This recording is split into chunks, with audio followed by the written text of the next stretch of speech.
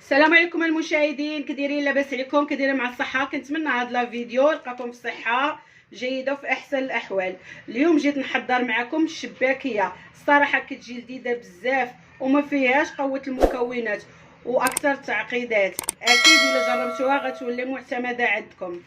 ندوزو المقادير اللي غادي نحتاجو للشباكيه ديالنا. هي نص كيلو ديال الدقيق الفورص، وكاس لاروب ديال الزبده، وربع كاس ديال الزعفران مذوب في الماء، وربع كاس ديال الزهر، وجوج معالق ديال الخل، وكاس ديال الجلجله مطحون ما محمر ما والو، ومعلقه ما بين النافع وحبه حلاوه معلقه صغيره مطحونه، ومعلقه صغيره ديال القرفه، ومعلقه صغيره ديال الخماره ديال الحلوى، وقبيصه ديال الملح لتصحيح الذوق.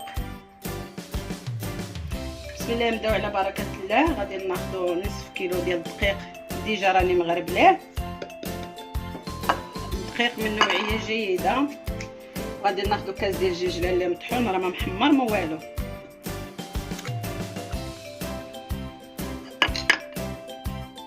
معلقه ما بين النافع وحبه حلاوه، القرفه، خميره الحلوى والملح. بالنسبه للنواشف راه كلهم مغربلاو. وغادي نضيفوا كاس الا ربع ما بين الزبده والزيت.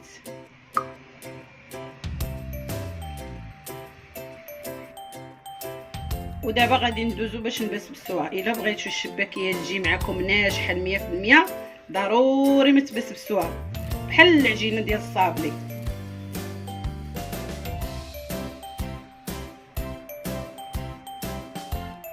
تبسبسوها مزيان مزيان.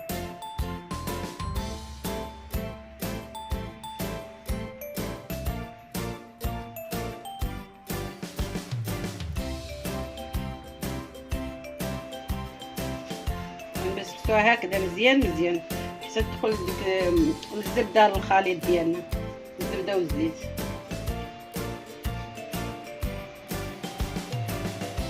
ملي تحسوا بها ان الخليط تبسبس لك مزيان، غادي نضيفوا ليه جوج معالق ديال الخل، جوج معالق كبار،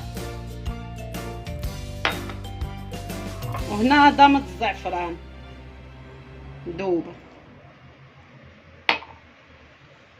والزهر ربع كاس ديال الزهر،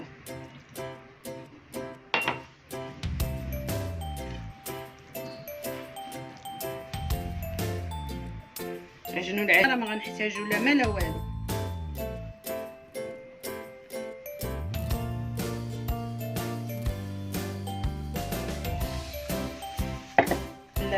الشباكيه راه ما تجي قاصحه ما تجي رطبه، تجي بين وبين.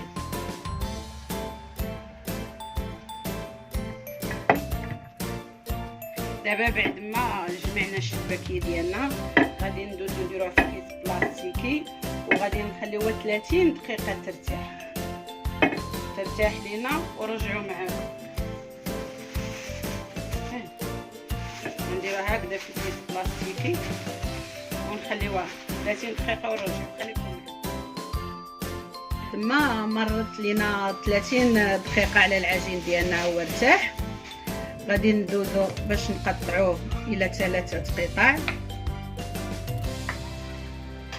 ونشكلوه على شكل كويرات.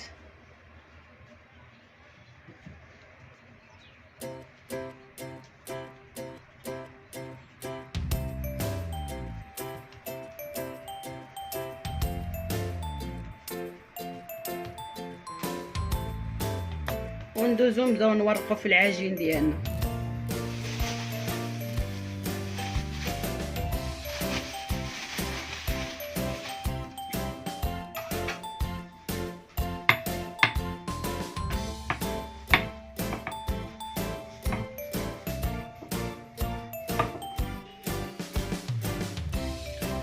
ونورقوا العجين ديالنا مزيان قد ما كان العجين مرق قد ما كتجي الشباكيه ديالنا ناجحه 100%. وكنرشوها بشويه دقيق شي شويه باش تورق لينا مزيان.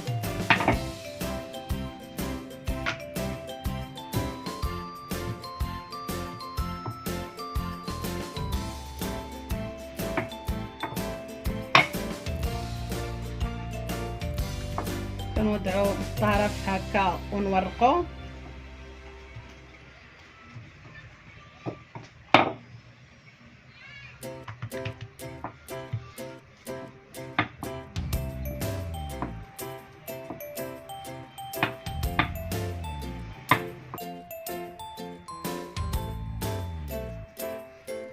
وغنوضعو هاد الطرف على الطرف الثاني.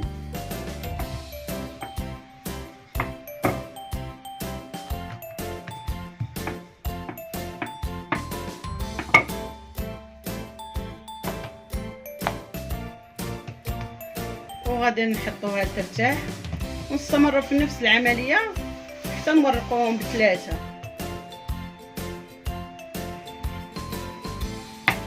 بحال هكذا كنضربوا العجين ديالنا مزيان مزيان حتى كنورقوه.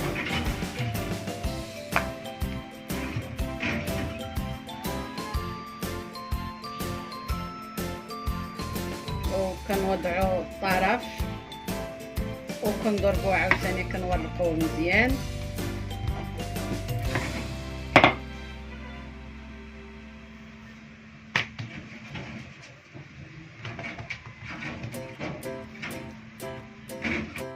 ودابا حنا غنطلقوا العجينه وغادي نورقوها مزيان مزيان. الا بغيتوا الشباكيه تجي ناجحه معكم كيخصكم تورقوا العجين مزيان مزيان، ضروري من هاد العمليه ديال التوراق. بالنسبه للتوراق على هاد الشكل هانتو راه كتجي رقيقه.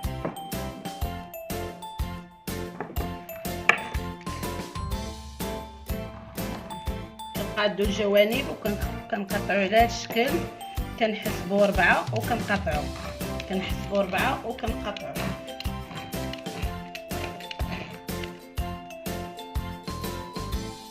وهانتوما دابا كنشدو هاد الطرف مع هاد الطرف وكنشدو الطرف الاخر وكنقرصوها مزيان من الجنب وكنهبطو لتحت وكنعاودو نقرصوها مزيان مع الجنب باش ما تحلش لينا في المقله. وما غنعاودو نوري وحده اخرى باش تشوفوا الطريقه كيفاش دايره ديال الشباك. كنهزو وحده وكنهبطو وحده وكنعاودو نهزو طرف ونهبطو الطرف الاخر وكنقرصوها هكا من الجنب مع الجنب نوضعوه وكنقلبو لتحت وكنقرصوها من الجناب مزيان مزيان باش ما تحلش. وها الشكل ديالها.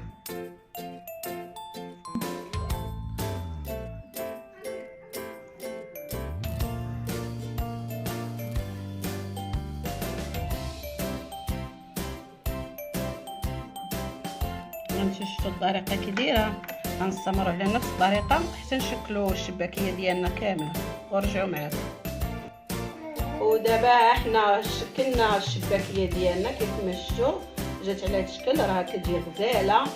ودابا غادي نمشيو باش نبداو نقليو فيها، خليكم معنا.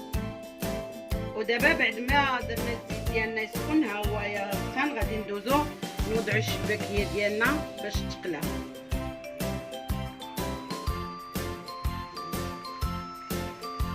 ملي تبداو توضعوا في الشباكيه ديالكم في الزيت نقصوا العافيه، ما تخليوهاش مجهده باش ما تحرقش لكم الشباكيه.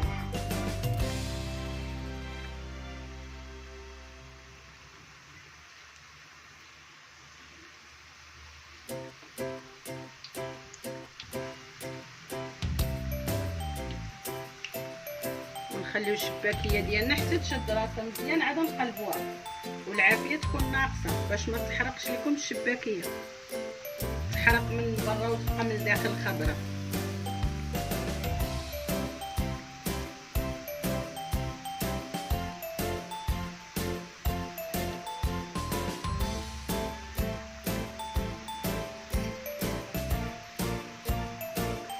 وبعد ما تحمرت ليا الشباكيه ديالي هيا غادا ندوز نحيدها، نديرها هنا في الصفاي باش تخضر من الزيت، عاد نديرها في العسل.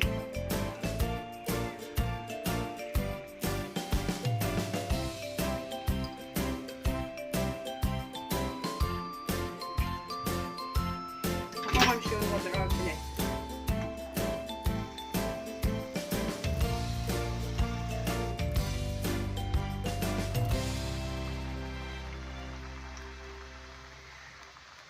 كنستمروا في نفس العمليه حتى نقليو الشباكيه ديالنا كامله.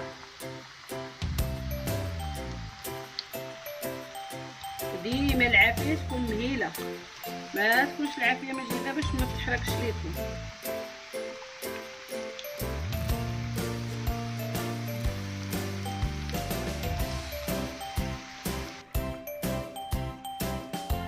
ثم غادي نحيدوها من الزيت، غنفطروها مزيان وغادي نوضعوها في العسل.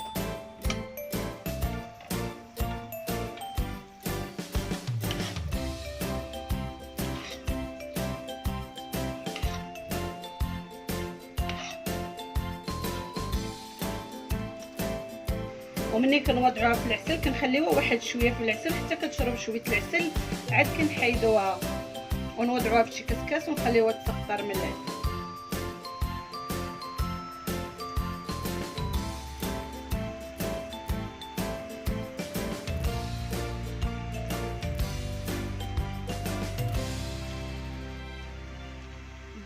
مني تشد الشباكيه راسها قلبوها، ما تخليوهاش باش ما تحرقش لكم، ما تغفلوش عليها، راه دغيا كتحمر.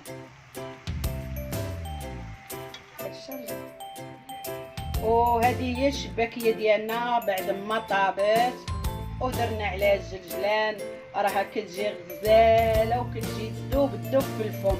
جربوها وما غتندموش عليها، وبمقادير بسيطه ويمكن لاي وحده تصايبها. وهذا هو الشكل النهائي ديال الشباكيه ديالنا، راه كتجي غزاله ورائعه في المذاق.